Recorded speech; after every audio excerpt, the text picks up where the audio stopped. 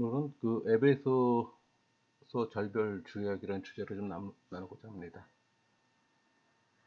여러분, 에베소서는 이제 갓 교회에 속하게 된 이방인 그 출신 성도들에게 이 그리스도의 구속 공동체인 교회가 어떻게 이방인들까지 포함시키게 되었는지 그 과정과 의의를 설명해요. 또 교회는 오직 그리스도의 구속 사역을 통해 구원을 얻은 자들을 대상으로 하잖아요. 그리고 오직 그리스도만을 머리로 해 이 형성된 이 단일 공동체임을 역설합니다. 그런 연후에 먼저는 절대 유일의 어떤 구속 공동체로서 교회가 마땅히 추구할 어떤 연합과 일치, 그 당위성을 설명합니다. 그리고 그 나중에는 그 교회의 구성원 각자가 가져야 할 새로운 삶의 자세를 교훈해요. 그러니까 신약 교회는 하나님의 섭리로 태초부터 세상 끝날까지 이어져 갔잖아요. 그러니까 그리스도의 구속 사역의 도정에서 신약 시대에 세워진 구속 공동체예요. 따라서 그리스도의 구속 사역이 구약 시대에서 신약 시대로 이어지듯이 신약 교회도 역사적 연속성과 정통성을 가져요. 그러니까 그리스도를 중심한 이 단일성과 통일성을 갖고 있다는 사실이 에베소서의 가장 근본적인 메시지예요.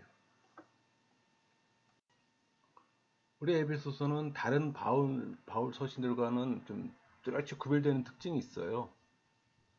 그 에베소서는 다른 서신서와 달리 이 특별한 상황에 대한 언급이 없다는 겁니다. 그러니까 에베소를 포함한 그 주변 소아시아 지방의 교회들을 모두 대상으로 하는 회람용 서신으로 보면 됩니다. 기록 목적은 뭐 1차적으로 독자들의 이해의 지평을 넓히기 위해서예요. 하나님의 궁극적 구속 목적은 무엇이며 또 그것은 구체적으로 어떤 과정을 통해 성취되며 또 완성되는지, 그러니까 에베소서에서 말하고자 하는 핵심이에요. 그러니까 그리스도 안에서 만유를 통일하시는 이 하나님의 궁극적 목적은 그리스도의 속죄 사역으로 그 결정적으로 성취됩니다. 동시에 인간 역사 과정에서 그 완성을 향해 나아가고 있다고 할 수 있어요. 그리고 그 완성을 향해 나아가는 과정에 바로 교회가 있는 겁니다. 1장의 장제목은 삼일체 구속이에요. 내용은 그 바울은 삼일체의 구속 사역에 대해 찬양합니다. 또 믿음의 지혜를 위해 기도하고, 이 배경은 사도행전 2장이 될 겁니다. 그럼 볼까요? 1장 1절. 하나님의 뜻으로 말미암아 그리스도 예수의 사도된 바울은 에베소에 있는 성도들과 그리스도 예수 안에 있는 신실한 자들에게 편지하노니. 여기서 이 사도 호칭은 하나님의 선택에 의해 그리스도의 대리자가 되었음을 시사해요.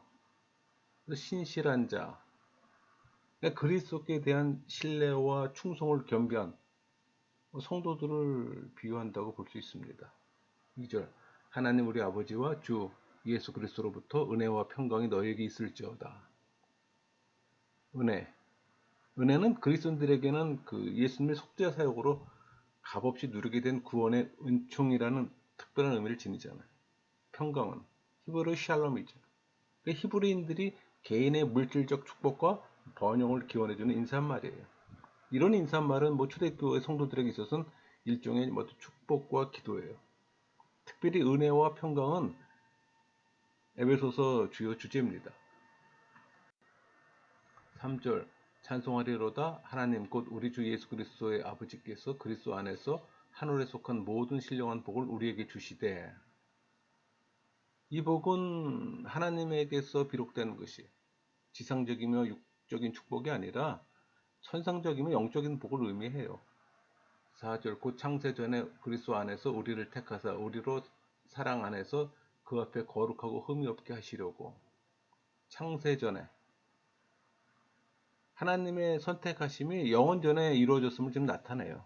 또 이것은 하나님의 선택이 인간의 공적이나 어떤 일시적 환경에 의한 것이 아니라 하나님 본성에 비록된 주권적 은혜임을 시사합니다. 동시에 창세전에는 그리스도의 그 선제성을 나타내요. 그러니까 4절은 하나님이 그리스도인들을 선택하신 목적을 나타내는 거예요.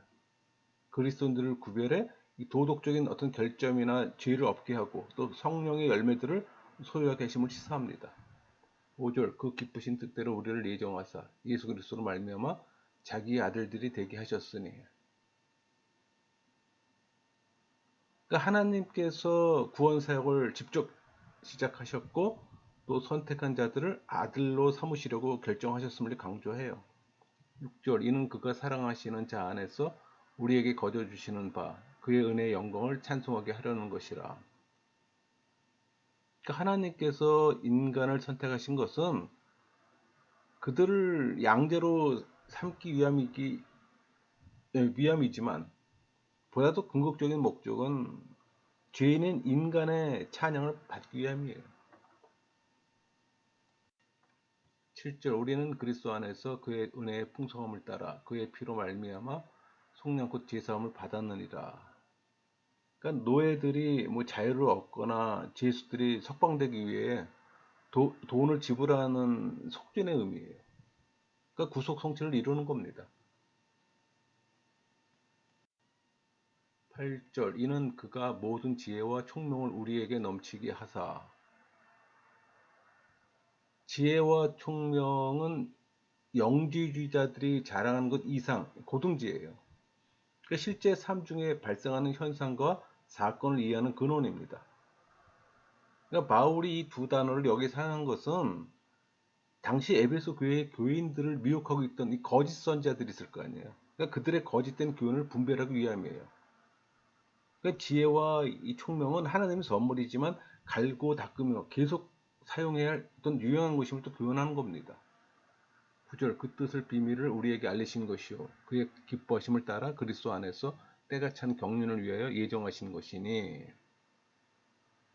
그러니까 그리스도인들은 하나님께서 은혜의 풍성함으로 주신 이 지혜와 총명을 통해 하나님의 뜻의 비밀을 알게 됩니다. 그러니까 하나님께서 그리스도 안에서 역사적으로 뭐 실행하시고자 한 어떤 구속 계획. 그러니까 여기서는 때에 찬 경륜을 위하여 예정한 것이니 이렇게 표현했잖아요. 이것은 하나님께서 그리스도 안에서 역사적으로 실행하시고자 하는 어떤 구속 계획을 가리키는 거예요.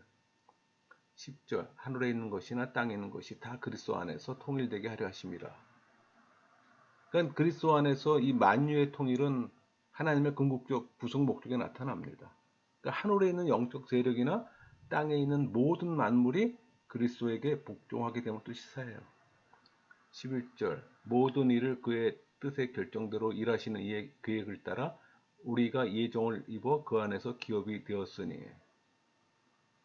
뭐 단순히 하나님께 어떤 기업을 받는다는 것보다 훨씬 더 많은 의미가 내포되어 있는 것으로 그 하나님의 소유가 되었음을 의미하는 겁니다.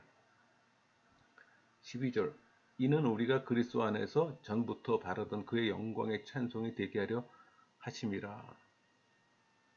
이 하나님의 이 영광에 찬송하는 것은 그 단순히 예배의 목적이 아니라 모든 존재의 목적이에요. 13절 그 안에서 너희도 진리의 말씀 곧 너희 구원의 복음을 듣고 그 안에서 또한 믿어 약속의 성령으로 인치심을 받았으니. 그러니까 복음을 받아들일 때 수반되는 어떤 성령의 영접을 가리키는 거예요. 그러니까 성령의 내주하심은 하나님께서 소유주가 되시는 내적 확증이에요. 그러니까 이런 내적 확증을 공동체 안에서 외적으로 표시하는 게 세례잖아요. 14절 이는 우리 그 기업의 보증이 되사 그 얻으신 걸 속량하시고 그의 영광을 찬송하게 하려 하심이라. 그러니까 약속의 성령이 성도의 마음속에서 보증해 주심으로 구속의 그날까지 확신을 가지고 또 살아가도록 해주심을 시사하는 거예요. 그래서 이 구원의 확신도 내가 확신하는 것이 아니라 성령이 확신시켜 주는 거예요. 15절 이로 말미암아 주 예수 안에서 너의 믿음과 모든 성도를 향한 사랑을 나도 듣고. 그러니까 예수 안에서 너의 믿음. 그러니까 에베소 교인들이 예수 안에서 보인 이 믿음의 행위를 말하는 거예요. 왜냐하면 이 15절은 골로새서 1장 3절 4절하고 병영을 이뤄요. 그러니까 골로새 교인들이 그리스도 안에서 행한 믿음과 같은 것을 가리키는 거예요. 그러니까 이런 믿음에서 비롯된 행함은 모든 성도에 대한 사랑으로 나타나요. 16절 내가 기도할 때 기억하며 너희로 말미암아 감사하기를 그치지 아니하고, 이 감사는 에베소 교인들의 믿음과 사랑이 이 그리스도 안에서 이루어진 하나님의 사역으로 인해 생겨난 것임을 또 암시합니다. 17절 우리 주 예수 그리스도의 하나님 영광의 아버지께서 지혜와 계시의 영을 너희에게 주사 하나님을 알게 하시고, 그러니까 성령에 의해 인간의 영에 주어진 성령의 은사를 가리킵니다. 이 지혜는 그리스도 안에서 하나님이 행하신 사역을 이해하는 거예요. 계시는 하나님의 비밀을 이해할 수 있도록 하나님께서 성령을 통해 모든 그리스도인에게 주신 것을 시사합니다. 18절 너희 마음의 눈을 밝히사 그의 부르심의 소망이 무엇이며 성도 안에서 그 기업의 영광의 풍성함이 무엇이며, 여기서 마음의 눈, 우리들 마음속에 하나님을 바라보는 눈이 있는 것처럼 묘사하는 아름다운 표현이에요. 19절 그의 힘의 위력으로 역사하심을 따라 믿는 우리에게 베푸신 능력의 지극히 크심이 어떠한 것을 너희로 알게 하시기를 구하노라. 그러니까 네 가지 단어를 좀 사용해서 하나님의 능력을 좀 묘사하고 있어요. 여기서 힘은 어떤 저항과 통제로서 길러진 힘을 의미합니다.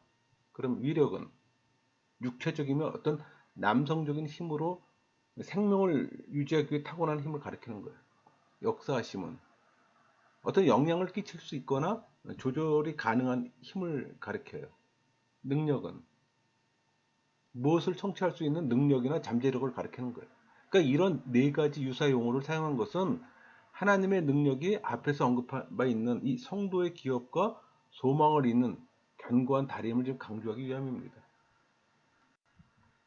20절 그의 능력이 그리스도 안에서 역사하사 죽은 자들 가운데서 다시 살리시고 하늘에서 자기의 오른편에 앉히사. 그러니까 하나님께서 그리스도를 만물의 주인으로 삼으시고 또 그러한 위치를 감당할 수 있는 권한과 능력을 주셨음을 시사해요. 21절 모든 통치와 권세와 능력과 주권과 이 세상뿐 아니라 오는 세상에 일컫는 모든 이름 위에 뛰어나게 하시고, 그러니까 하나님께서 그리스도를 부활시키시고 오른편에 앉히심으로 모든 이름보다 뛰어나게 하셨어요. 22절 또 만물을 그의 발 아래 복종하게 하시고 그를 만물 위에 교회의 머리로 삼으셨느니라. 시편 8편 6절 인용입니다. 그러니까 초자연적 세력과 전 세대들의 인간들 그리고 온 우주는 그리스도의 주권에 복종해야 하는 거예요. 또 그를 통해서만 참 생명과 존엄성을 회복하는 거고. 23절 교회는 그의 몸이니 만물 안에서 만물을 충만하게 하시는 이의 충만함이니라. 교회는 그리스도의 몸이기 때문에 머리가 되신 그리스도의 명령에 복종해야 하며 또 밀접한 관계를 유지할 때만 그 유기체로서 그 역할을 다할 수가 있어요. 이렇게 1장을 마쳤고요. 2장의 장제 항목은 옛생활과 새생활입니다. 내용은 그리스도 안에서 이 베푸신 하나님의 구속의 사랑은 우리의 영적인 위치와 생활의 성격과 마음의 자세를 변화시켰어요. 그러니까 이제는 옛생활에서 벗어나 하나님의 사랑과 은혜로 구원받은 새 사람이 된 거예요. 그러니까 하나님과 또 화평케 되고 또 그리스도 안에서 성도들과 하나 되어 교회를 이루어가는 걸 또 말하는 겁니다. 그러니까 믿는 사람의 위치가 어딘가를 생각해야 되는 거예요.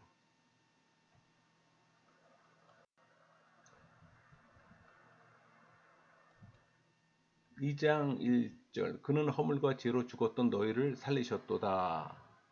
그러니까 에베소 교인들에게 지금 과거의 삶을 상기시키는 거예요. 그러니까 영적이며 도덕적 죽음을 의미하는 것으로 생명을 수여하시는 하나님으로부터의 단절을 지금 시사합니다. 2절 그때 너희는 그 가운데서 행하여 이 세상 풍조를 따르고 공중의 권세 잡은 자를 따랐으니 곧 지금 불순종의 아들들 가운데서 역사하는 영이라.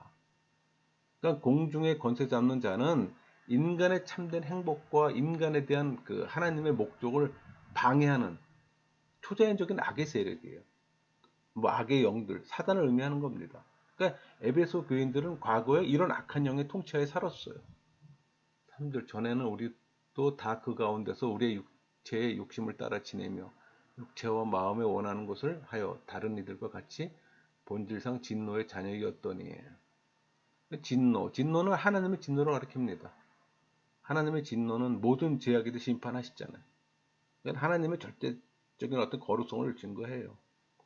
4절 궁일이 풍성하신 하나님이 우리를 사랑하신 그 큰 사랑을 인하여. 그래서 궁일은 하나님께서 언약을 충실히 지키며 사랑을 베푸시는 걸 시사합니다. 5절 허물로 죽은 우리를 그리스도와 함께 살리셨고 너희는 은혜로 구원을 받은 것이라. 그러니까 죄로 인해 진노를 받아 마땅한 죄인에 대한 이 구원은 하나님의 주도적인 행위인 은혜로 된 것을 밝히는 겁니다. 6절 또 함께 일으키사 그리스도 예수 안에서 함께 하늘에 앉히시니. 그러니까 죄로 인해 초래된 영적 죽음에서 그리스도와 함께 새로운 생명을 공유하는 영적 부활을 의미합니다. 7절 이는 그리스도 예수 안에서 우리에게 자비하심으로써 그 은혜의 지극히 풍성함을 오는 여러 세대에 나타내려 하심이라. 그러니까 오는 여러 세대는 바울 당시에 성도들이 살고 있는 세대를 포함하는 거예요. 그러니까 그리스도의 재림을 전후로 한 모든 세대를 가리키는 겁니다. 8절 너희는 그 은혜에 의하여 믿음으로 말미암아 구원을 받았으니 이것은 너희에게서 난 것이 아니요 하나님의 선물이라. 여러분 믿음은 스스로 자신을 의롭게 하려는 행위를 포기하고 하나님의 긍휼하심을 기대하는 거예요. 그러니까 구원이 인간에게 영향력을 발휘할 수 있도록 하는 게 수단이에요. 이 은혜라는 수단이에요. 그러니까 믿음은 그래서 우리가 믿는다는 그 믿음이 아니에요. 성령이 내주하심으로 주어지는 하나님의 선물이에요. 예수의 믿음을 말하는 거예요. 9절 행위에서 난 것이 아니니 이는 누구든지 자랑하지 못하게 합니다. 그러니까 구원이 행위에서 비롯된 것이 아님을 시사하는 거예요. 그러니까 율법을 지키는 행위가 아니라 하나님의 인정을 받기 위해서 이 행하는 인간 윤리적 노력을 의미하는 거예요. 그러니까 인간의 행위로 구원을 얻을 수 없는 것은 인간의 행위가 하나님을 완전히 충족시킬 수 없기 때문이에요. 그렇기에 구원은 하나님의 선물이며 인간은 그것에 대해 더 이상 자랑할 것이 없는 거예요. 10절 우리는 그가 만드신 바라 그리스도 예수 안에서 선한 일을 위하여 지으심을 받은 자니 이 일은 하나님의 전에 예비하사 우리로 그 가운데서 행하게 하려 하심이니라. 그러니까 하나님께서 이 그리스도인들로 하여금 선한 일을 행할 수 있도록 예비한 것으로 보는 겁니다. 그러니까 구속의 선한 목적이에요. 11절 그러므로 생각하라 너희는 그때 육체로는 이방인이요 손으로 육체 행한 할례를 받은 무리라 칭하는 자들로부터 할례를 받지 않은 무리라 칭함을 받은 자들이라. 여기서 할례는 하나님께 속한 백성임을 나타내는 표식이잖아요. 그러니까 유대인들은 이방인이 하나님에게 소속되지 못하고 버림을 받는 백성이라는 의미에서 그들을 할례를 받지 않는 무리라고 부르는 거예요. 그 반면에 그들 스스로는 하나님의 백성임을 자처하면서 할례를 받은 또 무리라고 불렀어요. 12절 그때 너희는 그리스도 밖에 있었고 이스라엘 나라 밖의 사람이라 약속의 언약들에 대하여는 외인이요 세상에서 소망이 없고 하나님도 없는 자이더니. 그래서 그때 그러니까 하나님의 은혜에 대해 알지 못하던 때를 가리키는 거예요. 또 그리스도 밖에 있었다는 이 표현은 그리스도인이 되지 못했다는 의미가 아니라 예배소 교인들이 이스라엘로부터 분리되었다는 의미예요. 그래서 본문의 그리스도는 이스라엘의 메시아를 의미하기 때문에 13절 이제는 전에 멀리 있던 너희가 그리스도 예수 안에서 그리스도의 피로 가까워졌느니라. 그리스도의 피는 하나님과 화해를 이룬 그리스도의 대속적 희생의 피예요. 그러니까 그리스도의 피로 이방인들이 하나님으로부터 소외된 상태에서 화해된 상태로 바뀐 거예요. 그러니까 구약에서 유대교로의 개종으로 인해 생기는 이 반전과는 전혀 다른 그런 의미입니다. 14절 그는 우리의 화평이신지라 둘로 하나를 만드사 원수되는 것 곧 중간에 막힌 담을 자기 육체로 허시고. 예수님은 화평 그 자체잖아요. 그는 우리를 하나님뿐만 아니라 타인과도 화평케 할 수 있고 또 우리 안에 화평 자체로 머무실 수도 있어요. 15절 법조문으로 된 계명의 율법을 폐하셨으니 이는 이 둘로 자기 안에서 한 세 사람을 지어 화평하게 하시고. 그러니까 유대인과 이방인이 연합해 만들어진 전혀 다른 새로운 그리스도인 공동체입니다. 16절 또 십자가로 이 둘을 한 몸으로 하나님과 화목하게 하려 하심이라. 원수된 것을 십자가로 소멸하시고. 그러니까 바울은 그리스도의 십자가의 대속적 희생이 이 목적하는 바는 죄로 인해 생긴 원수된 걸 제거하는 거예요. 그러니까 궁극적으로 하나님과의 화목을 이루는 것이라고 얘기합니다. 여기서 한 몸, 교회를 의미해요. 교회는 그리스도의 몸이 있잖아요. 몸의 각 지체로부터 이루어진 유기체고. 17절 또 오셔서 먼데 있는 너희에게 평안을 전하시고 가까이 데 있는 자들에게 평안을 전하셨으니. 그러니까 바울은 이사야의 말씀을 인용해 그리스도의 평화가 유대인과 이방인 각각의 그룹에 선포됨을 강조하고 있어요. 그러니까 이런 그리스도의 평안에 대한 선포는 하나님과 각 그룹 간의 화해를 전제로 해요. 그러니까 유대인과 이방인 사이의 화해를 말하는 겁니다. 18절 이는 그로 말미암아 우리 둘이 한 성령 안에서 아버지께 나아감을 얻게 하려 하심이라. 그러니까 그리스도인들이 성령 안에서 아버지 하나님과 새로운 관계를 맺으며 살아갑니다. 19절 그러므로 이제부터 너희는 의인도 아니요 나그네도 아니요 오직 성도들과 동일한 시민이요 하나님의 권속이라. 그러니까 에베소 교인들은 과거에 소외된 이방인들의 신분에서 벗어나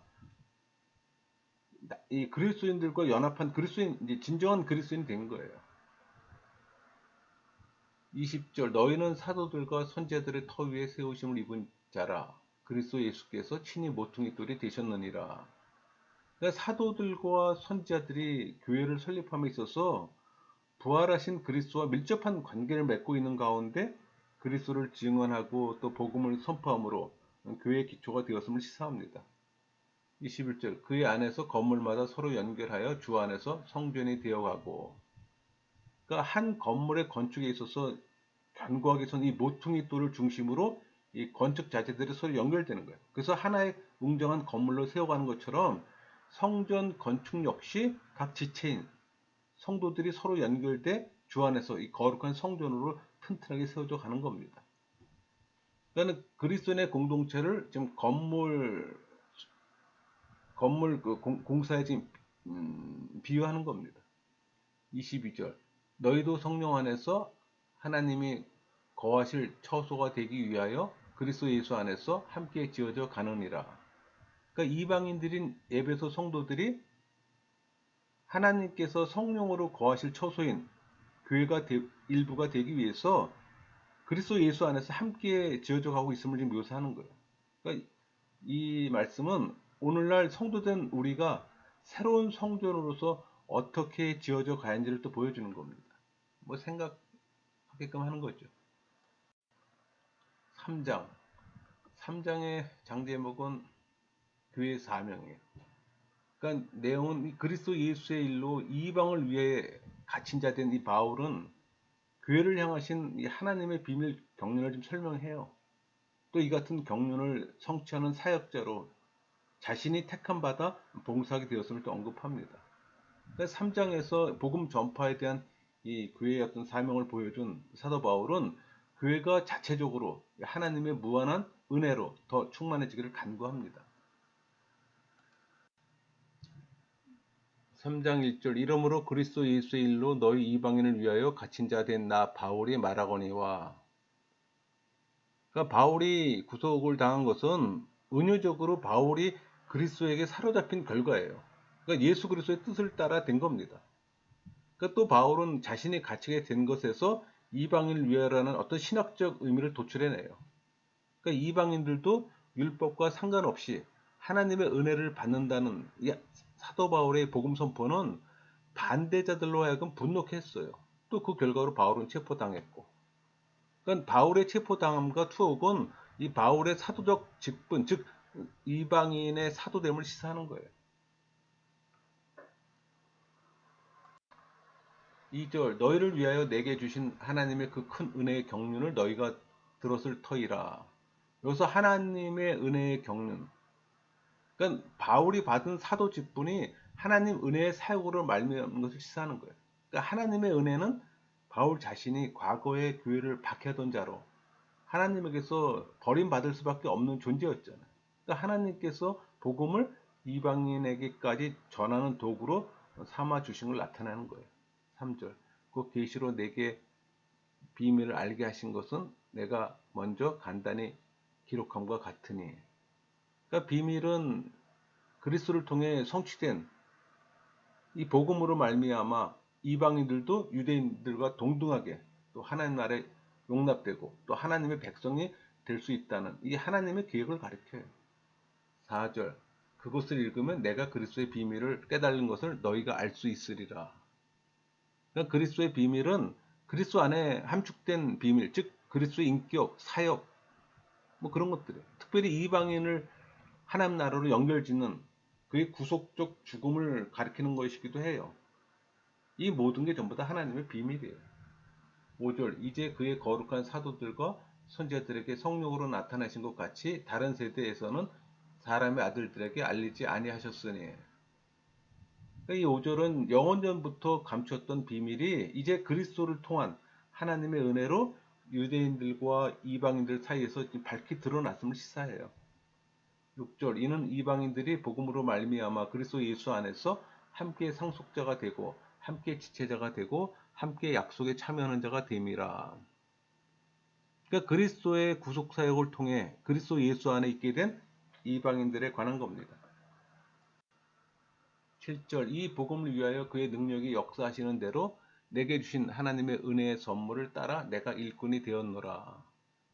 그러니까 복음 전파 사역은 바울 자신의 힘만으로는 불가능하잖아요.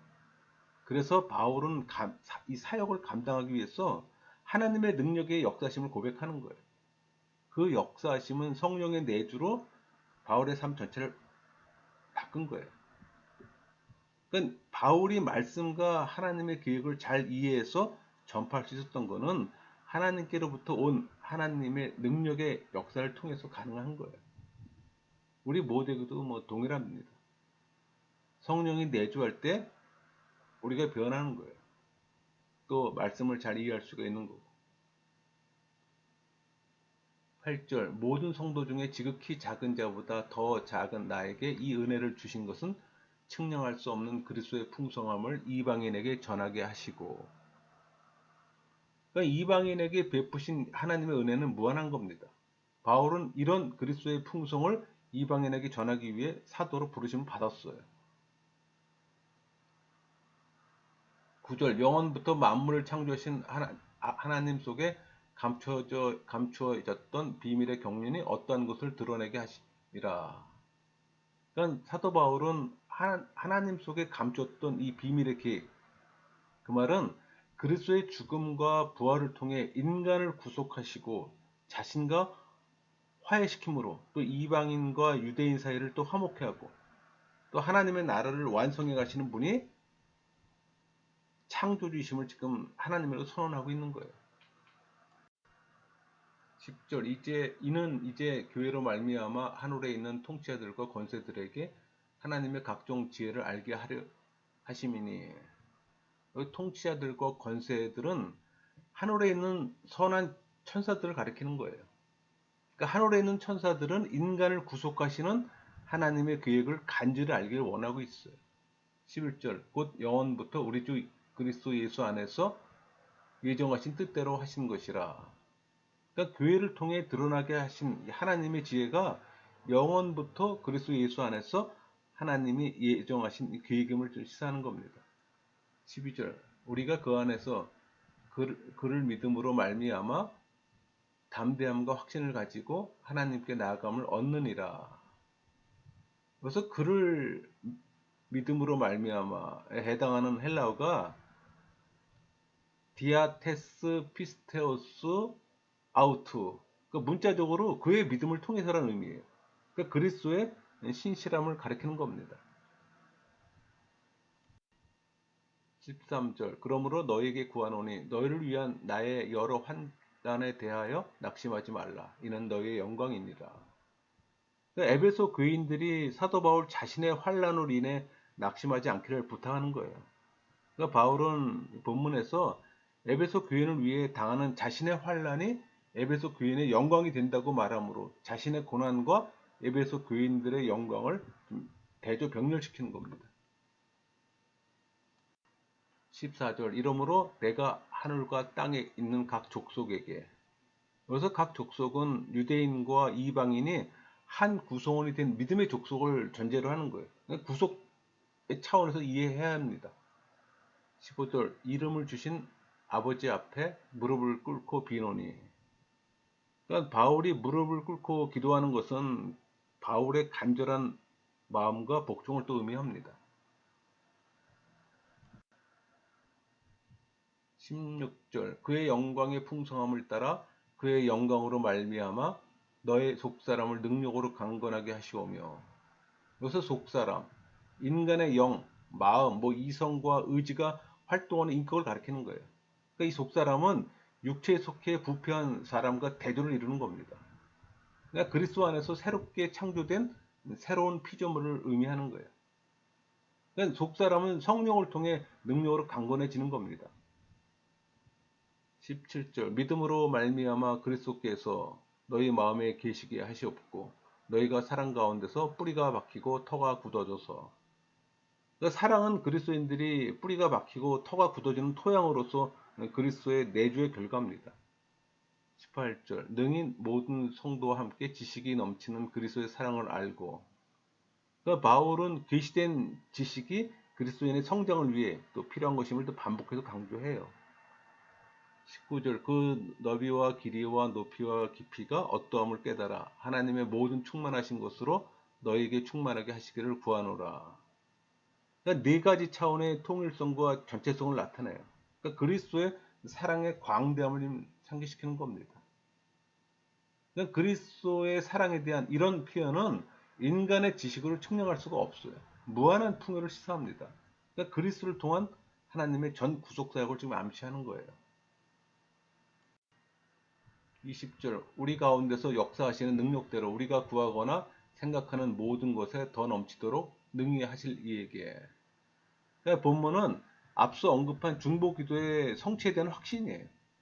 그러니까 사도 바울은 하나님이 이제까지 중보기도를 성취하실 뿐만 아니라 더 넘치도록 풍성하게 이루어 주실 분임을 좀 확신해요. 이것은 또 하나님께서 성령의 역사와 그리스도의 내주를 통해 하나님의 목적을 또 온전하게 또 실현시킬 것임을 또 시사합니다. 21절 귀 안에서와 그리스도 예수 안에서 영광이 대대로 영원 무궁하기를 원하노라. 아멘. 그러니까 영광은 하나님의 어떤 고양된 지위나 명예로서 하나님의 인격이나 능력을 드러냅니다. 그러니까 예수님께서는 자신의 말씀과 확실성과 또 진실성을 부여하기 위해서 진실로 라는 말을 사용하잖아요. 그러니까 사도들은 서신서의 송용으로 사용했어요. 그 말은 또 진실로 그렇다, 혹은 그렇게 될 것을 확신한다, 그런 의미이기도 해요. 이렇게 해서 또 저희가 3장을 마쳤고요. 4장의 장제목은 새로운 삶. 그러니까 그리스도 안에서 하나 된 것을 지키기를 권면하고 또 각 사람에게 분량대로 은혜를 주사 또 봉사를 하게 한 것을 말한 후에 옛사람의 어두운 생활을 벗어버리고 새 사람이 될 것을 또 권면하고 있어요. 하나됨을 얘기를 하는 겁니다. 거룩한 삶을 말하는 거. 1절 그러므로 주 안에서 갇힌 내가 너희를 권하노니 너희가 부르심을 받은 일에 합당하게 행하여. 1절부터 16절까지는 그리스도의 몸인 교회의 연합과 성장을 얘기합니다. 1절은 이거 바울이 그리스도에 대해 충성하다가 감옥에 지금 갇혔음을 의미하는 거예요. 이것은 바울이 권면하고자 하는 그 내용의 어떤 진실성과 권위를 암시해요. 2절 모든 겸손과 온유로 하고 오래 참음으로 사랑 가운데서 서로 용납하고. 그러니까 부르심을 입은 성도가 지녀야 할 구체적 덕목들을 제시해요. 3절 평안의 매는 줄로 성령이 하나 되게 하신 것을 힘써 지키라. 여기서 평안은 하나님께 주신 일치가 분열되지 않도록 보호해주는 역할을 해요. 4절 몸이 하나여 성령도 한 분이시니 이와 같이 너희가 부르심의 한 소망 안에 부르심을 받았느니라. 그러니까 바울은 교회를 사람의 몸에 비유해요. 근데 교회 공동체가 일치와 연합을 또 이루어야 한다고 말하는 겁니다. 5절 주도 한 분이시요 믿음도 하나요 세례도 하나요. 그러니까 성도의 연합의 근거와 당위성을 말해요. 그러니까 초대교회 신앙 고백으로 예수 그리스도의 주권을 인정하고 또 주를 따르며 복종한다는 의미를 지닙니다. 6절 하나님도 한 분이시니 곧 만유의 아버지시라 만유에 계시고 만유를 통일하시고 만유 가운데 계시도다. 그러니까 온 우주의 아버지신 한 하나님은 교회의 통일성을 위한 근거입니다. 7절 우리 각 사람에게 그리스도의 선물의 분량대로 은혜를 주셨나니. 그러니까 그리스도께서 자신의 몸된 구성원들인 성도 각자에게 가장 알맞는 은사가 무엇인지를 정확하게 측정하시고 그에 적합한 봉사의 직분을 주신다는 겁니다. 그러니까 은혜는 은사와 동일치해요. 그러니까 은사로서 오직 교회의 머리 대신 그리스도의 영광을 위해 교회와 또 지체를 섬기는 겁니다. 8절 그러므로 이르기를 그가 위로 올라가실 때 사로잡혔던 자들을 사로잡으시고 그 사람들에게 선물을 주셨다 하였도다. 그러니까 승리의 찬송인 시편 68편 18절의 인용입니다. 그러니까 시편을 그리스도에게 적용한 것으로 그리스도께서 자신에게 대적한 자를 정복하신 후 하나님 보좌에 오르셔서 자기 백성에게 은사 주심을 의미해요. 9절 올라가셨다 하였은즉 땅 아래로 낮은 곳으로 내려셨던 것이 아니면 무엇이냐. 여기 내리셨던 것은 성육신으로 이 땅에 내려오심을 의미해요. 10절 내리셨던 그가 곧 모든 하늘 위에 오르신 자니 이는 만물을 충만하게 하려 하심이라. 여기서 모든 하늘. 그러니까 유대인들이 하늘을 7층으로 생각했던 걸 암시하는 겁니다. 그러니까 그리스도는 모든 하늘보다 더 높은 곳에 계시잖아요. 그러니까 그리스도께서 온 우주를 통치하는 통치자가 되셔서 모든 존재들의 이 생명을 주관하시며 또 영향력을 행사하십니다. 11절 그가 어떤 사람은 사도로 어떤 사람은 선지자로 어떤 사람은 복음 전하는 자로 어떤 사람은 목사와 교사로 삼으셨으니. 그러니까 교회 봉사의 직무들입니다. 이 목사는 교회를 양육하고 돌보며 또 인도하는 자잖아요.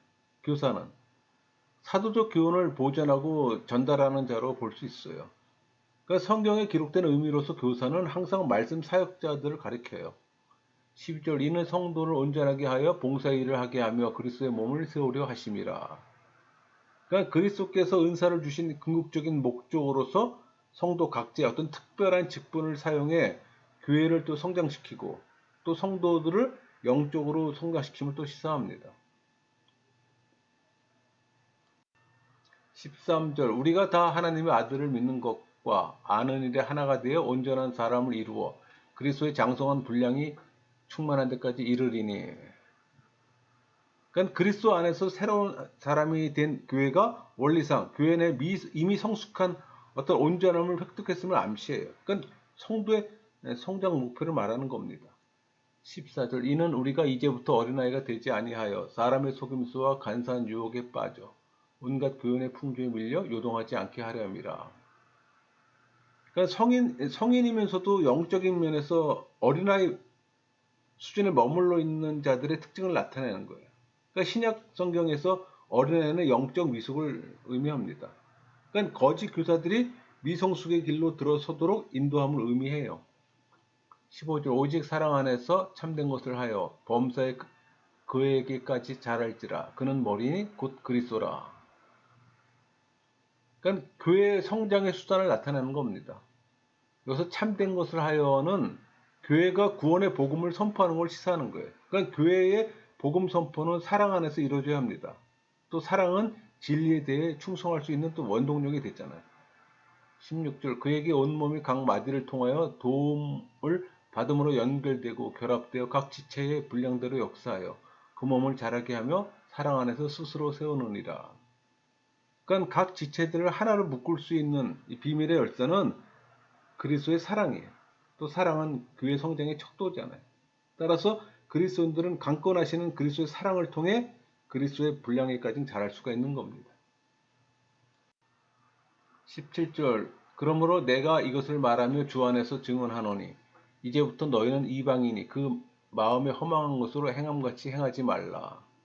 그래서 허망, 헬라어로 그 마타이오테티인데 마타이오테티.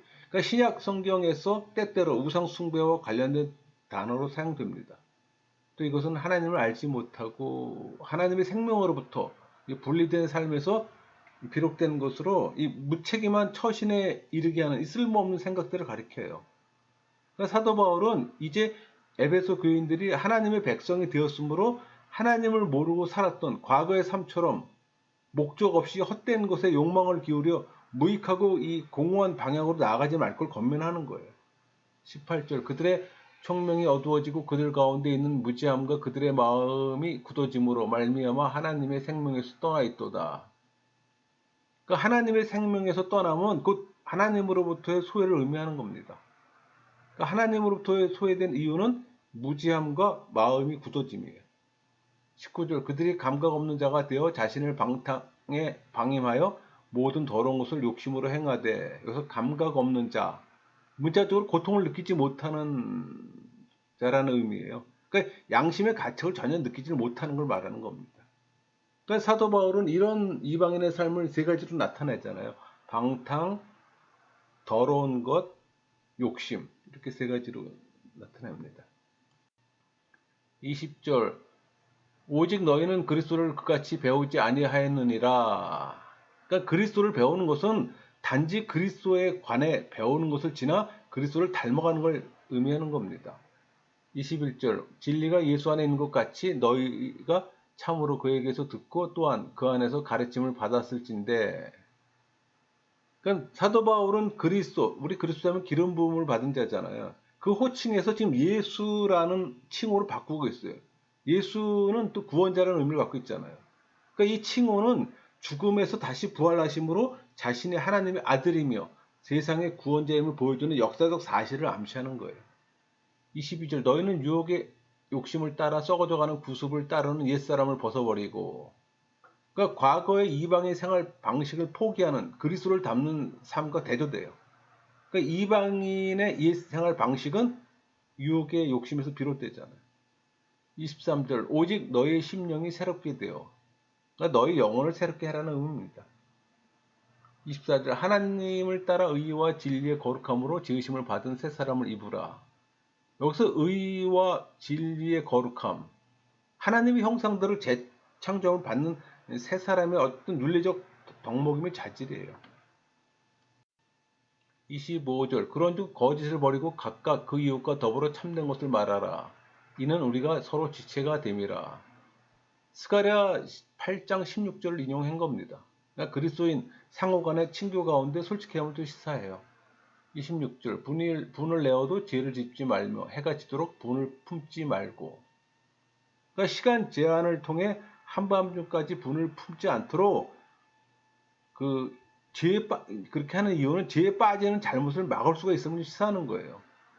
27절 마귀에게 틈을 주지 말라. 그러니까 26절에서 언급된 이 금지 명령의 동기, 그러니까 분노를 마음에 오래 품음으로 탐닉하게 되면 사단에게 자유로운 영을 유린할 수 있는 기회를 제공하게 되는 거예요. 그래서 바울은 분을 품는 행위를 멈추든지 아니면 분을 마음에 오래 간직하는 습관을 갖지 말라고 좀 권면해줘요. 28절 도둑질하는 자는 다시 도둑질하지 말고 돌이켜 가난한 자에게 구제할 수 있도록 자기 손으로 수고하여 선한 일을 하라. 그러니까 사도 바울은 이 도둑질을 하지 말라는 권면에서 그치지 않고 보다 더 적극적으로 노동을 통해 가난한 타인을 도우라고 좀 권면합니다. 29절 무릇 더러운 말은 너희 입 밖에도 내지 말고 오직 덕을 세우는데 소용되는 대로 선한 말을 하여 듣는 자들에게 은혜를 끼치게 하라. 선한 말을 하는 이 목적은 교회와 그리스도인 상호 간에 덕을 세우며 또 일상적으로 대화하는 언어 생활에서 타인에게 또 은혜를 끼치기 위함입니다. 30절 하나님의 성령을 근심하게 하지 말라. 그 안에서 너희가 구원의 날까지 인치심을 받았느니라. 성령은 성도의 어떤 일시적 범죄로 떠나버리지 않고 예수님 재림하시는 날, 그 약속하신 기업을 주시는 날까지 성도의 확실한 보증이 되는 겁니다. 31절 너희는 모든 악독과 노함과 분냄과 떠드는 것과 비방하는 것을 모든 악의와 함께 버리고. 그러니까 그리스도인으로서 버려야 할 악을 지금 나열한 거예요. 32절 서로 친절하게 하며 불쌍히 여기며 서로 용서하기를 하나님이 그리스도 안에서 너희를 용서하신 같이 하라. 그러니까 하나님과 그리스도인의 구원 행위는 모든 그리스도인의 행위의 원형이에요. 그러기에 하나님께서 그리스도인을 용서하신 것처럼 그리스도인도 타인에 대해 용서해야 되는 거예요. 그러니까 그리스도인 상호 간의 용서 자세는 반드시 또 사랑으로부터 출발되어야 합니다. 5장의 장제목은 빛의 자녀의 생활, 가정생활인데 그 내용은 바울은 그 하나님의 자녀된 세 사람은 빛의 자녀로서 행하고 또 세월을 아끼고 절제하고 또 성령의 지배받기를 권면하는 거야. 또 부부 생활에 있어서 아내와 남편의 의무에 대해 또 말합니다. 5장 1절 그러므로 사랑을 받는 자녀같이 너희는 하나님을 본받는 자가 되고. 그러니까 자녀된 그리스도인은 아버지 하나님께서 이미 자신들에게 보여주신 사랑을 행하는 삶을 살아야 하는 거예요. 2절 그리스도께서 너희를 사랑하신 것 같이 너희도 사랑 가운데서 행하라. 그는 우리를 위하여 자신을 버리사 향기로운 제물과 희생 제물로 하나님께 드리셨느니라. 그러니까 사랑은 하나님의 성품의 본질이 있잖아요. 동시에 그리스도인이 닮아야 하는 성품의 본질이에요. 그러니까 그리스도인이 닮아야 할 사랑의 모범은 그리스도 자신입니다. 3절 음행과 온갖 더러운 것과 탐욕은 너희 중에서 그 이름조차도 부르지 말라. 이는 성도에게 마땅한 바니라. 그러니까 희생적인 사랑의 삶을 살고자 하는 이 그리스도인들이 순결한 생활을 위해 행해서는 안 되는 것들에 대해 권면합니다. 4절 누추함과 어리석은 말이나 희롱의 말이 마땅치 아니하니 오히려 감사하는 말을 하라. 그러니까 천하고 속되고 더러운 말을 가리키며 부끄러운 말과 같은 의미예요. 그러니까 상스러운 농담이나 독설 그런 걸 얘기를 하는 겁니다. 5절 너희도 정녕 이것을 알거니와 음행하는 자나 더러운 자나 탐하는 자나 곧 우상 숭배자는 다 그리스도와 하나님의 나라에서 기업을 얻지 못하리니. 그러니까 사도 바울은 인간의 탐욕을 우상 숭배와 지금 동일선상에 두고 있어요. 그러니까 우상 숭배자는 절제할 수 없는 탐욕으로 인해 자신을 우상화해 앞서 언급한 죄악들을 범하는 자들이에요. 결국 이런 자들은 어느 누구라도 다가올 그리스도와 하나님 나라에서 기업을 받을 수가 없죠. 6절 누구든지 헛된 말로 너희를 속이지 못하게 하라. 이로 말미암아 하나님의 진노가 불순종의 아들에게 임하나니. 그러니까 사도 바울은 에베소 교인들에게 허망한 생각으로 미혹하는 자들의 속임수에 넘어가지 말고 가르침을 받은 진리에 굳세게 설 것을 권면합니다. 그러니까 에베소 교인들은 이 헛된 말을 경계함으로 죄악에 빠져 타락하는 걸 방지할 수가 있어요. 7절 그러므로 그들과 함께하는 자가 되지 말라. 그러니까 3절부터 시작된 훈계를 결과적으로 지금 마무리하는 구절입니다. 8절 너희가 전에는 어둠이더니 이제는 주 안에서 빛이라. 빛의 자녀들처럼 행하라. 그러니까 바울은 과거 이방인이었던 에베소 교인들의 생활과 또 현재 그리스도 안에 있는 생활의 차이를 명확히 구별함으로 그들이 생활이나 행위면에서 이 불신자들과 분명한 차이가 있어야 함을 또 밝히고 있어요. 9절 빛의 열매는 모든 착함과 의로움과 진실함에 있느니라. 그러니까 사도 바울은 본절에서 그리스도와 연합함으로 말미암아 변화된 그리스도인들의 삶이 그 증거되어야 함을 또 언급하는 거예요. 그러니까 변화된 삶의 열매들은 세 가지입니다. 착함, 의로움, 진실함이잖아요. 10절 주를 기쁘시게 할 것이 무엇인가 시험하여 보라. 그것은 시험보다는 입증이 더 맞는 표현입니다. 그러니까 그리스도인들은 하나님의 선하시고 온전하신 뜻을 또 분별해 자신들의 행위가 하나님의 선하신 뜻에 일치하도록 해야 되는 거예요. 11절 너희는 열매 없는 어둠의 일에 참여하지 말고 도리어 책망하라. 그러니까 그리스도인들이 빛의 자녀로서 어둠에 속한 자들과 그들의 죄악을 책망하고 드러내야 하는 이유는 이 어둠에 속한 자들을 빛으로 인도해 자신들을 죄악으로부터 지키기 위함이에요. 12절 그들이 은밀히 행하는 것들은 말하기도 부끄러운 것들이라. 그래서 은밀히 행하는 것은 이 어둠에 속한 자들의 행위가 심히 수치스럽고 어떤 혐오스럽다는 것을 암시해요. 13절 그러나 책망을 받는 모든 것은 빛으로 말미암아 드러나나니 드러나는 것마다 빛이니라. 그러니까 빛의 자녀들은 그들의 삶 속에서 맺는 이 열매를 통해 어둠의 한 자의 어떤 죄악을 드러내므로 그 어둠 속에 속한 자들로 하여금 자신들의 행위의 실체를 보게 하고 빛에 대해 반응하게 하는 거예요. 14절 그러므로 이르시길 잠자는 자여 깨어서 죽은 자들 가운데 일어나라. 그리스도께서 너희에게 비추이시리라 하셨느니라. 그래서 잠자는 자는 그리스도를 영접하기 이전, 즉 어둠에 속한 자를 의미합니다. 그러니까 그리스도를 영접함으로 새롭게 태어난 상태가 되는 거예요. 15절 그런즉 너희가 어떻게 행할지를 자세히 주의하여 지혜 없는 자 같이 하지 말고 오직 지혜 있는 자 같이 하여. 그러니까 지혜 있는 자의 삶은 조심스럽게 살펴서 하나님의 뜻을 잘 이해하고 따르는 삶이잖아요. 16절 세월을 아끼라 때가 악하니라. 그러니까 하나님의 심판이 가까워졌다는 것은 선을 행할 시간이 별로 안 남았다는 의미예요. 그러므로 더욱 때를 아껴 빛의 자녀답게 선한 일에 힘써야 한다는 겁니다.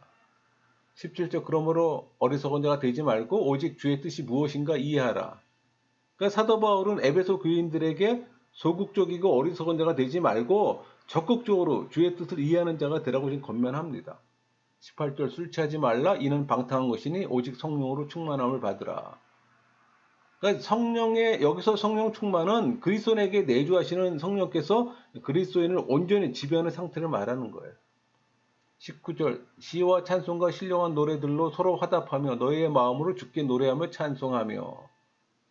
그러니까 그리스도인들이 성령 충만에 얻게 되는 어떤 기쁨을 찬양의 열매로 맺었음을 시사합니다.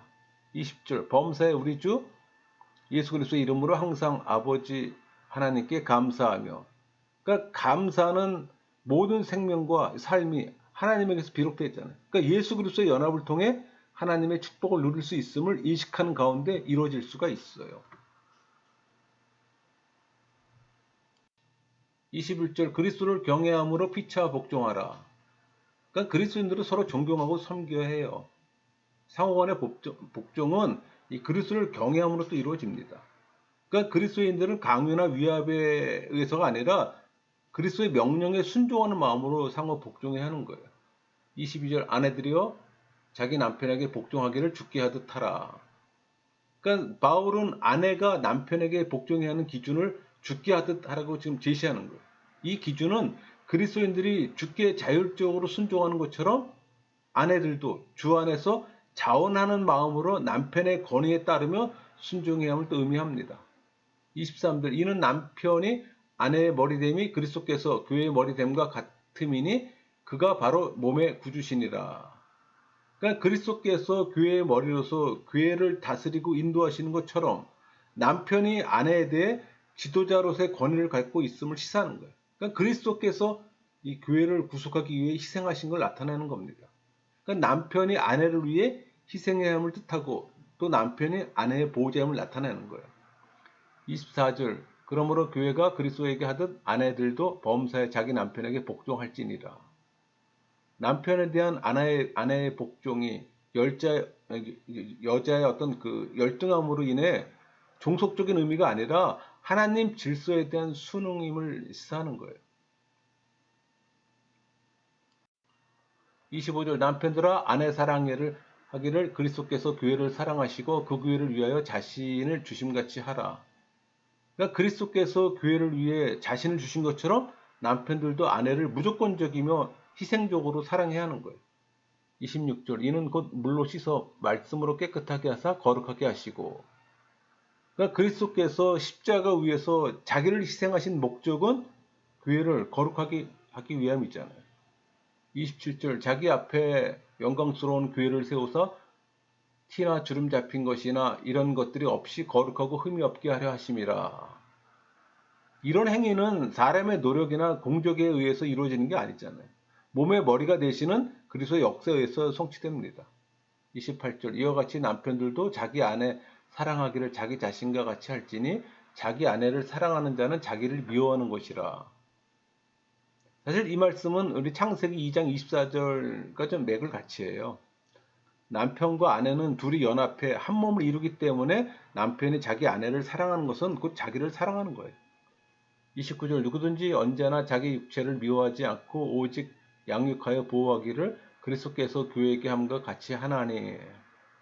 그러니까 그리스도께서 교회를 위해 행하신 모습으로 남편도 이와 똑같은 원리로 아내를 돌보고 보호해 성숙하게 자라날 수 있도록 인도해야 하는 거예요. 그러니까 하나님은 부부관계에 있어서 단순히 뭐 인간적인 애정의 차원이 아니라 그리스도와 교회와의 관계처럼 깊은 영적 차원으로 성숙을 요구하세요. 30절 우리는 그 몸의 지체임이라. 그러니까 그리스도께서 교회를 돌보시는 이유예요. 그리스도에는 그리스도 몸된 교회를 이루는 지체잖아요. 31절 그러므로 사람이 부모를 떠나 그의 아내와 합하여 그 둘이 한 육체가 될지니. 그러니까 본절은 그 창세기 2장 24절 인용이에요. 하나님이 계획하시고 이루신 이 결혼의 신비를 나타냅니다. 그러니까 남편과 아내는 분리할 수 없는 한 몸을 이뤄요. 32절 이 비밀이 크도다. 나는 그리스도와 교회에 대하여 말하노라.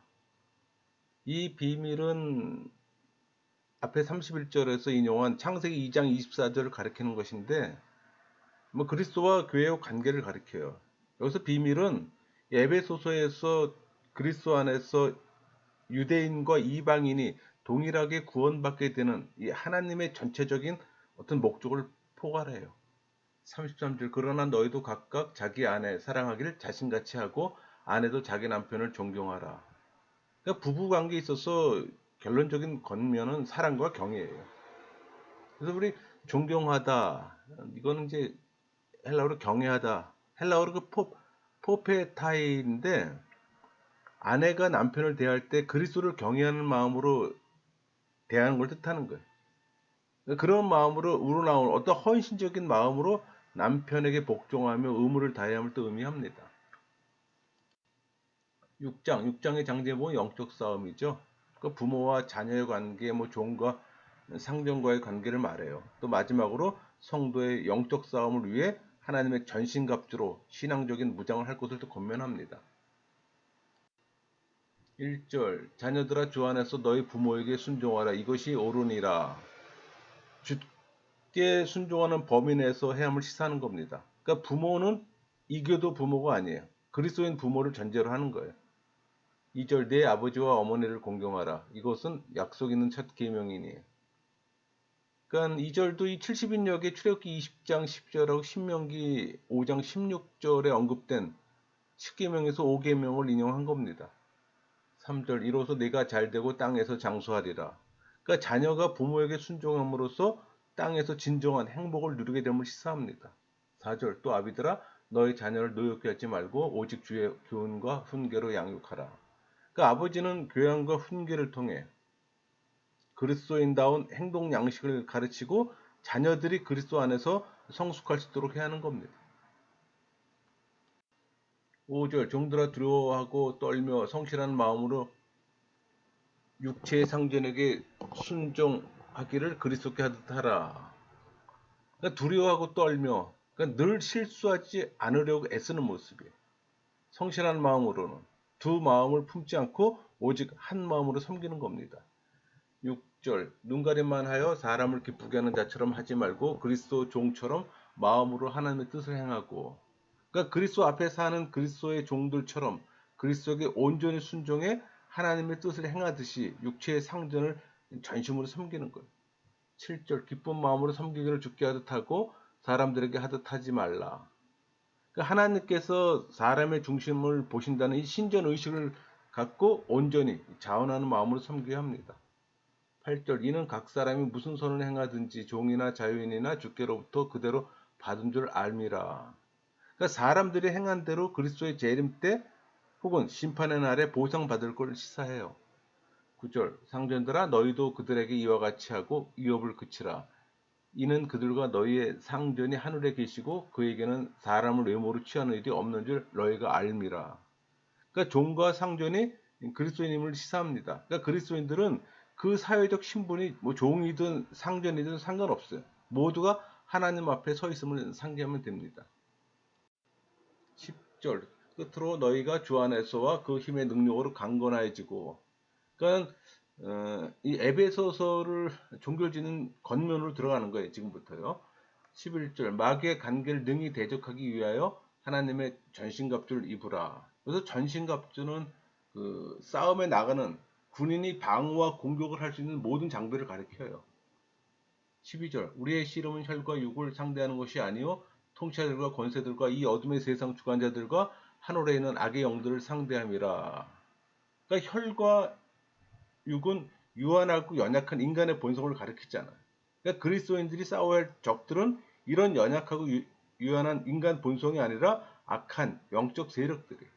그러니까 악한 영적 세력들은 하나님의 전신갑주를 입은 자들에게는 위협이나 해가 될 수 없어요. 그렇지 못한 자에게는 계속적으로 위험한 존재가 되는 겁니다. 13절 그러므로 하나님의 전신갑주를 취하라. 이는 악한 날에 너희가 능히 대적하고 모든 일을 행한 후에 서기 위함이라. 그러니까 그리스도인들의 전투가 인간과의 싸움이 아니라 하늘의 영적 존재들과 싸움이기 때문에 하나님의 전신갑주를 입어야 함을 말하는 겁니다. 14절 그런즉 서서 진리로 너희 허리띠를 띠고 의의 호심경을 붙이고, 여기서 진리는 뭐 복음이라기보다는 어떤 진실함과 충실함을 의미해요. 의는 그리스도로 인한 칭의가 아니에요. 올바르고 선한 어떤 도덕적 완전함을 의미합니다. 15절 평안의 복음이 준비한 것으로 신을 신고, 그러니까 평안의 복음은 우리의 평화이신 그리스도 안에서 구현된 거예요. 그러니까 수직적 수평적 화해를 초래했어요. 16절 모든 것 위에 믿음의 방패를 가지고 이로써 능히 악한 자의 모든 불화살을 소멸하고, 그러니까 믿음은 그리스도의 능력을 의지하는 온전한 신뢰를 의미합니다. 17절 구원의 투구와 성령의 검 곧 하나님 말씀을 가지라. 그러니까 전신갑주 중에서 유일한 무기는 성령의 검이 있잖아요. 또 성령의 검은 하나님 말씀이 있잖아요. 이는 성령에 의해 주어지는 거예요. 그러니까 영적인 악의 실체에 대해 그리스도인을 일깨우며 편지를 마무리합니다. 그러니까 악의 존재들은 새 사람과 타협하고 또 예수님 사람들인 하나를 약화시키는 시도를 강요해요. 그래서 전신갑주를 입으라고 도전하는 거예요.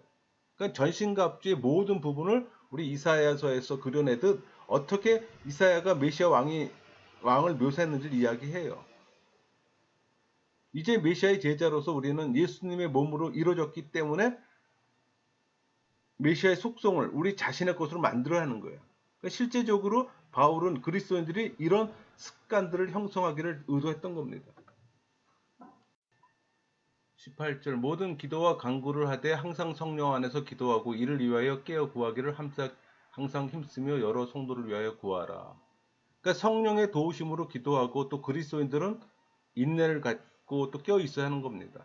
19절 또 나를 위하여 구할 것은 내게 말씀을 주사 나로 입을 열어 복음의 비밀을 담대히 알리게 하옵소서 할 것이니. 그러니까 에베소 교인들에게 부탁한 바울의 기도 제목은 복음의 비밀을 담대히 전할 수 있도록 하는 겁니다. 20절 이 일을 위하여 내가 쇠사슬을 매인 사신이 된 것은 나로 이 일에 당연히 할 말을 담대히 하게 하려 하심이라. 그러니까 바울은 자신이 투옥된 이유가 복음을 당연히 그리고 담대히 전파하기 위함이라고 에베소 교인들에게 지금 밝히고 있어요. 21절 나의 사정곧 내가 무엇을 하는지 너희에게도 알리려 하노니 사랑을 받은 형제여 주 안에서 진실한 일꾼인 두기고가 모든 일을 너희에게 알리리라. 그러니까 바울은 에베소 교인들에게 두기고를 보냈잖아요. 또 두기고는 소아시아 지방의 대표자예요. 바울과 함께 예루살렘을 방문했고 또 바울에 의해서 에베소와 그레드에 파견되었던 자로서 그 바울의 어떤 충실한 동역자였음을 분명합니다. 22절 우리 사정을 알리고 또 너희 마음을 위로하기 위하여 내가 특별히 그를 너에게 보내었노라. 그러니까 사도 바울은 두기고를 보내 비록 자신이 감옥에 있을지라도 그 현실을 통해 복음을 이방의 중심지인 로마에 선포하려는 자신의 계획을 좀 알려요. 그래서 에베소 교인들을 위로하고 또 용기를 북돋아 주고 있어요. 23절 아버지 하나님과 주 예수 그리스도께로부터 평안과 믿음을 경험한 겸한 사랑이 형제들에게 있을지어다. 그러니까 일반적으로 바울의 축복 기도는 은혜와 평안이에요. 근데 이 에베소서에서는 이 에베소 축복 기도에서는 그 은혜와 평안 플러스 믿음과 사랑이 부과되고 있어요. 그러니까 사도 바울이 본절에서 평안 외에 믿음과 사랑을 언급하는 이유는 이 교회 안에서 유대인과 이방인 사이의 화해를 이루어야 하기 때문이에요. 그러니까 이런 화해는 오직 하나님과 예수 그리스도에게서 비롯된 어떤 공통된 믿음과 사랑을 통해서만 이루어질 수 있잖아요. 24절 우리 주 예수 그리스도를 변함없이 사랑하는 모든 자에게 은혜가 있을지어다. 그냥 그리스도를 사랑하는 성도들이 현재의 삶을 보장받으며 영생을 누릴 수 있음을 시사합니다. 여러분 에베소서는 바울이 복음 수트를 요약했고 또 어떻게 우리의 이야기를 다시 만들어 갈지에 대한 편지예요. 이렇게 해서 우리가 이제 에베소서를 다 마쳤습니다. 좀 도움이 됐으면 좋겠네요. 마치겠습니다.